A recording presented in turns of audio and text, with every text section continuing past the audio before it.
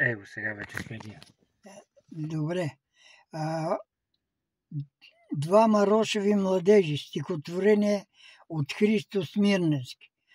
Двама рошеви младежи през един неделен ден в бирарията Тигър бяха седнали до мен и ядосани от нещо, с нервно зинали уста. Те отричаха горещо на живота с мисълта. Няма смисъл в този живот. Всичко, братко, суета. Влачим кръста за Голгота, докато стигне ни смъртта.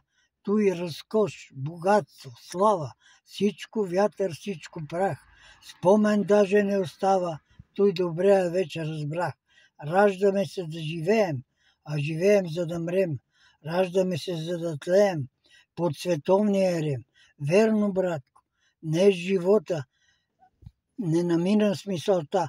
По-добре е даже скота от човека на света.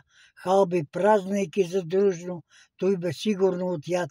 Те намериха за нужно малко да си помълчат, но след час и десетина пак отвориха уста и намериха тогава в пиенето смисълта.